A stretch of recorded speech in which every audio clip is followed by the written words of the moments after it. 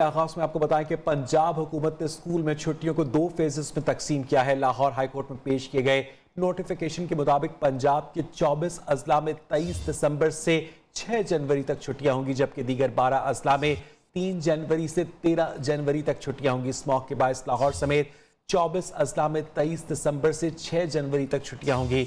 जिला जेहलम, मियांवाली, अटक, जेहलम, मुजफ्फरगढ़, चकवाल, भक्कर, रावलपिंडी, राजनपुर, लैया, रहीम यार खान, डीजी खान और चन्योट में 3 से 13 जनवरी तक तातीलात होंगी। तफसीलात जानेंगे अपने नुमाइंदे शुएब अली से। शुएब, बताइएगा इस बारे में। जी बिल्कुल, लाहौर हाईकोर्ट के जस्टिस शाहिद करीम के रूबरू आज स्मोक की रोकथाम के लिए दरखास्तों पर समाअत हुई है और पंजाब हुकूमत की जानिब से आज स्कूलों में तातीलात का नोटिफिकेशन पेश कर दिया गया है। पंजाब हुकूमत ने इन छुट्टियों को 2 मरहलों में तकसीम किया है, जिसके मुताबिक पंजाब के 24 अजला में 23 दिसंबर से 6 जनवरी तक छुट्टियां होंगी, जबकि 12 अजला में 3 जनवरी से 13 जनवरी तक छुट्टियों का नोटिफिकेशन ये जारी किया गया है। अदालत ने इस हवाले से ये हुक्म जारी किया था कि पंजाब हुकूमत तमाम पंजाब में स्कूलों की बंदिश के हवाले से नोटिफिकेशन पेश करे, जिसकी रोशनी में आज हुकूमत की जानिब से ये नोटिफिकेशन बहुत शुक्रिया शुएब अली आपका।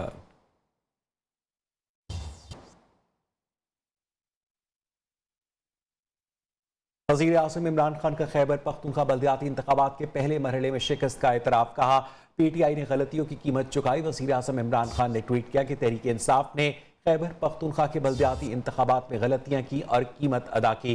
गलत उम्मीदवारों का इंतखाब शिकस्त का सबसे बड़ा सबब बना। उन्होंने कहा वो अब से ज़ाती तौर पर खैबर पख्तूनख्वा के दूसरे मरहले समेत पूरे मुल्क के बल्दियाती इंतखाबात की निगरानी करेंगे। आइंदा तहरीक इंसाफ मजबूत बनकर सामने आएगी। इमरान साहब, आपने भी मान ही लिया कि आप समेत सिलेक्टर्स की सिलेक्शन अच्छी नहीं थी। तर्जुमा नून लीग मरियम औरंगजेब का वज़ीर आज़म इमरान खान पर तंज। कहा, जब वोट और उम्मीदवार चोरी के हों, नारे, वादे, झूठ, लूटमार का बाजार गर्म और कारकर्दगी सिफर हो, अवाम बेरोजगारी, महंगाई और गुर्बत का शिकार हो, तो यही हाल होता है जो खैबर पख्तूनख्वा में इमरान खान का हुआ। मरियम औरंगजेब ने मजीद कहा कि अब हर इलेक्शन का नतीजा आपके जाने की खबर देगा।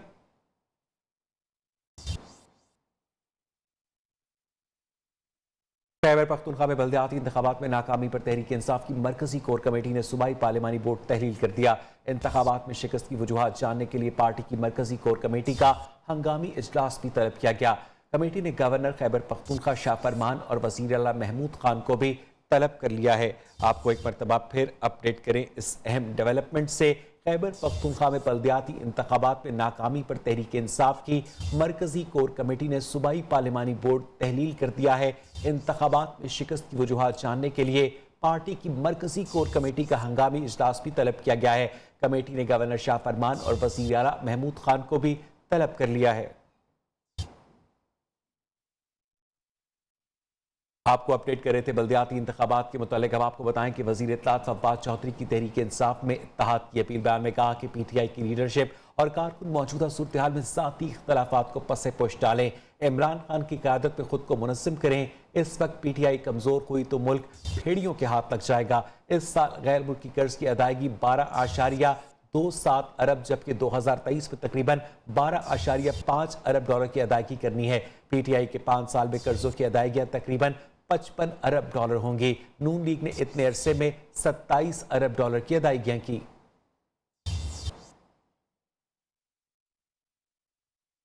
खैबर पख्तूनख्वा में PTI की हालत सबके सामने है। नून लीग के रहनुमा शाहिद खाकान अब्बासी की तनकीद। कहा, PTI वाहिद जमात है जिसने मुल्क में गालम गलोच की रिवायत डाली। मुल्क में अब बिजली है न गैस, जहां देखे करप्शन ही करप्शन है। चेयरमैन नैब खामोश बैठे हैं। चेयरमैन नैब बताएं कितने सियासतदानों से रिकवरी हुई। चेयरमैन नैब के एहतसाब का दिन भी जल्द आएगा।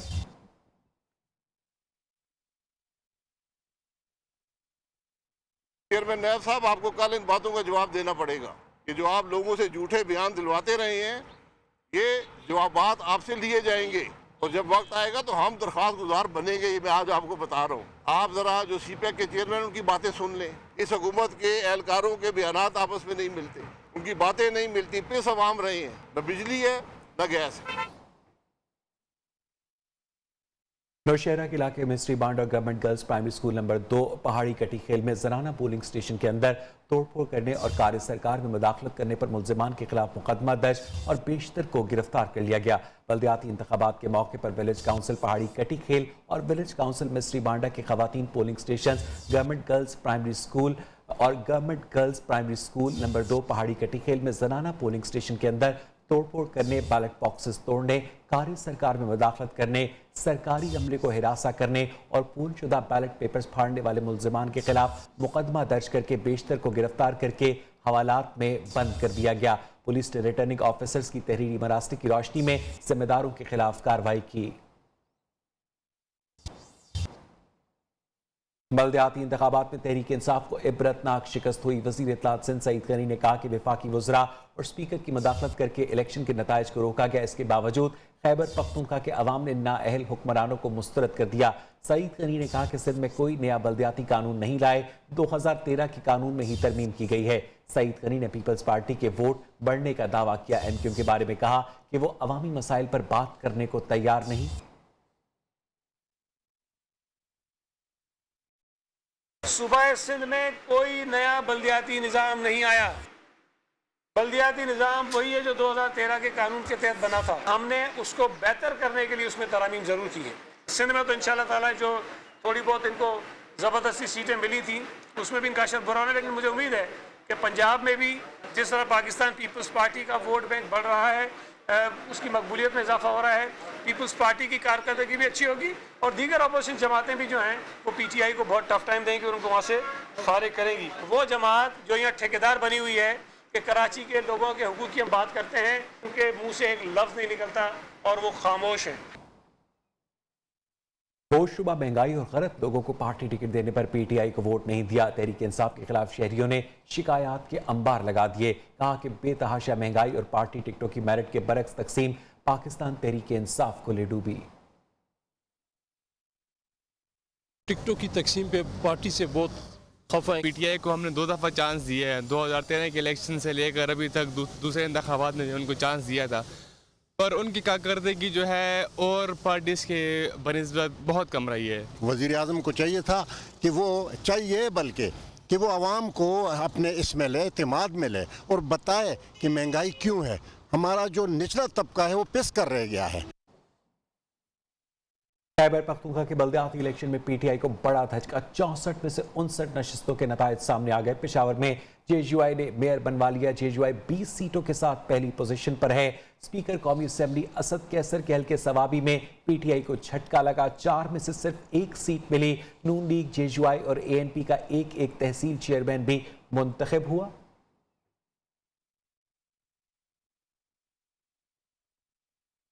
मजीद खबरें शामिल करें। आपको बताएं कि शहबाज शरीफ फैमिली के खिलाफ मनी लॉन्ड्रिंग केस में पेशरफ्त हुई है।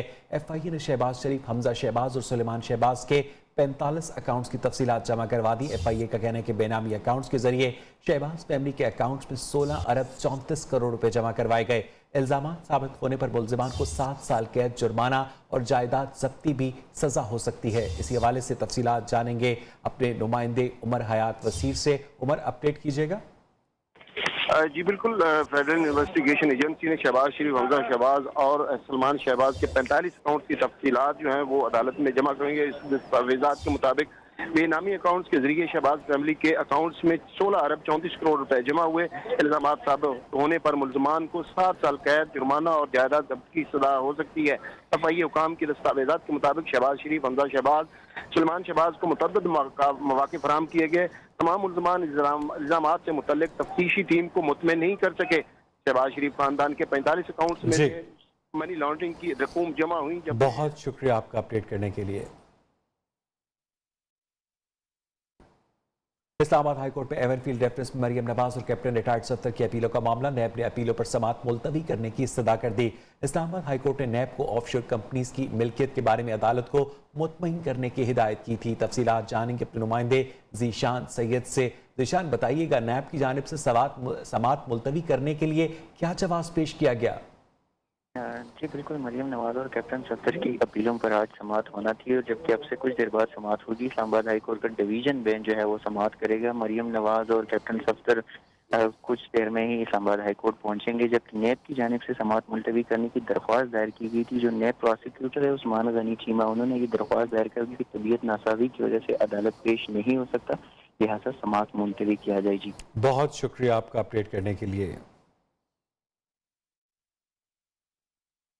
नैब रूल्स का ड्राफ्ट सिंध हाई कोर्ट में पेश कर दिया गया। नैब प्रोसिक्यूटर ने इस्तदा की कि नैब रूल्स का ड्राफ्ट हतमी नहीं, इसे पब्लिक न किया जाए। नैब रूल्स का ड्राफ्ट मंजूरी के लिए सदर पाकिस्तान को इरसाल किया था। जस्टिस नेमतुल्लाह भलफोटो ने रिमार्क्स दिए कि 22 साल से नैब रूल्स के बगैर लोगों के खिलाफ कार्रवाई कैसे कर रहा है। मजीद जानेंगे अपने नुमाइंदे जुनेद शाह से। जुनेद, बताइएगा अदालती कार्रवाई के बारे में। देखिए, सिंध हाई कोर्ट में नैब तहकीकात के कवायद और दवाबित बनाने से मुताबिक दरख्वास्त की समाअत थी। समाअत के दौरान नैब प्रोसिक्यूटर शहबाज सौतरा ने ड्राफ्ट नैब रूल अदालत में पेश कर दिया।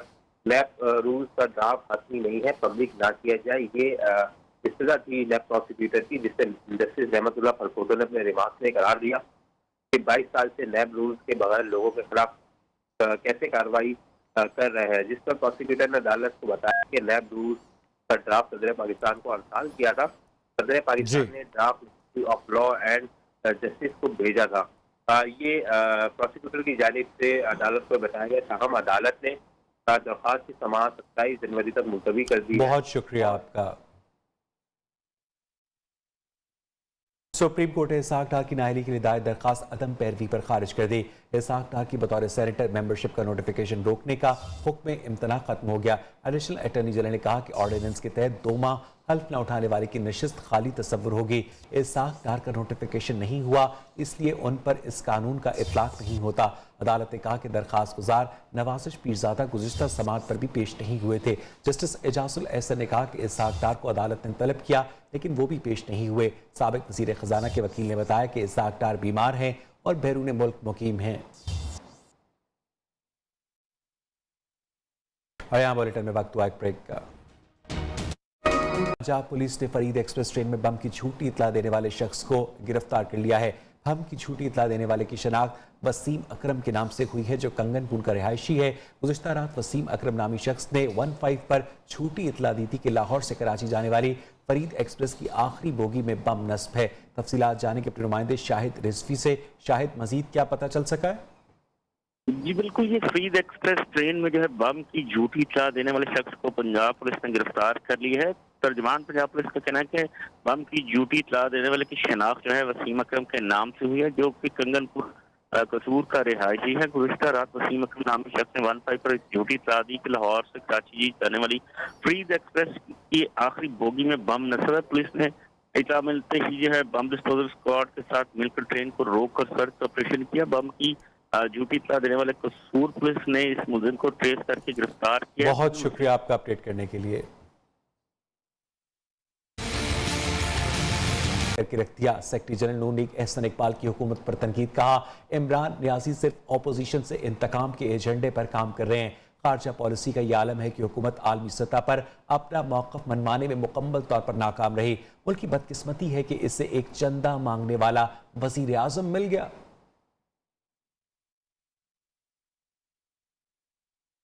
आपको बता रहे थे एहसन इकबाल की स्टेटमेंट के मुतालिक। अब आपको बताएं कि वज़ीर आला पंजाब उस्मान बुज़दार से सूबाई वज़ीर इंसानी हकूक़ और अक़लियती उमूर एजाज आलम ऑगस्टीन की सरबराही में मसीही बरादरी के वफ़द की मुलाकात हुई। वफ़द का अक़लियती बरादरी की फलाह बहबूद के लिए ठोस इक़दामात पर वज़ीर आला उस्मान बुज़दार से इज़हार तशक्कुर। वज़ीर आला उस्मान बुज़दार ने बताया कि पंजाब में अक़लियतों के हकूक़ के तहफ़्फ़ुज़ के लिए खुसूसी कमीशन बनाया जा रहा है। पंजाब हुकूमत अक़लियती बरादरी की फलाह बहबूद में सर फहरिस्त है।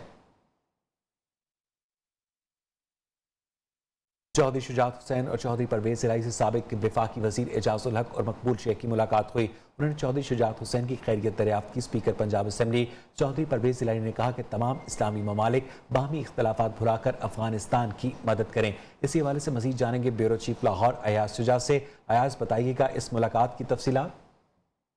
बिल्कुल, अवैध मुलाकात के दौरान चौधरी शुजात हुसैन का कहना था कि OIC कॉन्फ्रेंस का इनेकाद जो है ये बड़ा खुशाइंद है और इससे अफगानिस्तान के हमारे जो अफगान भाई हैं उनको मदद मिलेगी। उन्होंने कहा कि इस वक्त अफगानिस्तान एक इंसानी अलमिया का शिकार है। तमाम मुसलमान ममालिक को उनकी मदद करना चाहिए। अफगानिस्तान इकतसादी व ग़िज़ाई बहरान और बैन अवी पाबंदी का शिकार है। सऊदी प्रेसिडेंट का कहना था कि मुसलमान ममालिक एक दूसरे की मदद करें तो उन्हें गैरों के आगे हाथ न फैलाना पड़े। कॉन्फ्रेंस की हद तक अमली तौर पर भी तमाम मुसलमानों को एक दूसरे के साथ तावन करना चाहिए, ये कहना था रियाज हुसैन का। बहुत शुक्रिया यासुजा आपका। अब आपको बताएं कि अमेरिका में कोरोना की नई किस्म ओमिक्रॉन से पहली हलाकत सामने आ गई है। कोरोना की नई वेरिएंट के बायस हलाक होने वाले शख्स का ताल्लुक अमरीकी रियासत टेक्सास से था। हुक्काम के मुताबिक मरने वाले शख्स ने कोरोना वैक्सीन की कोई भी डोज नहीं लगवाई थी। अमरीकी महकमा सेहत के मुताबिक गुज़िश्ता हफ्ते कोरोना में मुब्तला होने वाले 73% अफराद ओमिक्रॉन से मुतासर हुए। उधर ओमिक्रॉन की खराब होती सूरत हाल के बायस जर्मनी ने बरतानिया पर सफरी पाबंदियां आयद कर दी हैं। अफसोसनाक खबर शामिल करे मारूफ माहिर अमराज खून डॉक्टर ताहिर शमसी ब्रेन हैमरेज से कराची में इंतकाल कर गए। डॉक्टर ताहिर शमसी ने 1995 में पहली मरतबा बोन मैरो ट्रांसप्लांट मुतारिफ करवाया। उन्होंने कोरोना की पहली और शदीद लहर में मुतासरा मरीजों के प्लाज्मा से इलाज को भी दरियाफ्त किया। डॉक्टर ताहिर शमसी ने 100 से ज़ायद तहकीकी मज़ामीन भी लिखे। वो NIBD में स्टेम सेल प्रोग्राम के डायरेक्टर भी रहे। सदर ममलिकत आरिफ अलवी ने उनके इंतकाल पर इजहार अफसोस किया।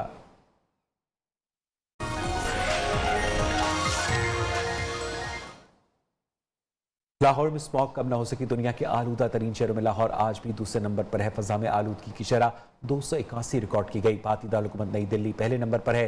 तीसरे नंबर पर बांग्लादेश का दारुलहुकूमत ढाका, जबकि कराची आज फहरिस्त में 5वें नंबर पर है। पाकिस्तान के आलूदा तरीन शहरों में फैसलाबाद, बहावलपुर, गुजरांवाला और मुल्तान नुमाया हैं, जबकि पंजाब में धुंध का राज बरकरार है, जिससे ट्रैफिक की रवानी मुतासिर हुई है। मोटरवेज कई मकामात पर बंद हैं। ताहम धुंध में कमी और हद निगाह बेहतर होने पर मोटरवेज को ट्रैफिक के लिए खोल दिया गया। महकमा मौसमियात के मुताबिक मुल्क के बेशतर इलाकों में मौसम सर्द और खुश रहेगा। पंजाब के मैदानी इलाके चंद रोज मजीद धुंध और स्मॉग की लपेट में रहेंगे। अब आपको बताएं कि सर्द मौसम में खालिस गुड़ किसी सौगात से कम नहीं। गुड़ की तैयारी खासा मुशक्कत तलब काम है। इसका इस्तेमाल सेहत के लिए भी मुफीद है। रिपोर्ट करेंगे मुल्तान से मुकर्रम खान। रोटी बनाते हैं। गुड़ के शौकीन लोगों का कहना है चीनी सेहत के लिए नुकसानदेह, जबकि गुड़ फायदेमंद है। मार्केट में चीनी बहुत महंगी मिलती है, इतनी खास क्वालिटी की नहीं मिलती, इसलिए हम गुड़ इस्तेमाल करते हैं। एक तो ये नेचुरल रह जाता है, तो इसकी में बीमारियां कम होती हैं। मौजूदा हालात में महंगी चीनी इस्तेमाल करने से बेहतर है कि गुड़ इस्तेमाल किया जाए। चीनी की बजाय गुड़ का इस्तेमाल न सिर्फ सेहत के लिए बेहतर है, बल्कि कम खर्च और बालानशी है। कैमरामैन फयाज वागा के साथ मुकर्रम खान, लियो न्यूज़, मुल्तान। और यहाँ वक्त हुआ एक ब्रेक का।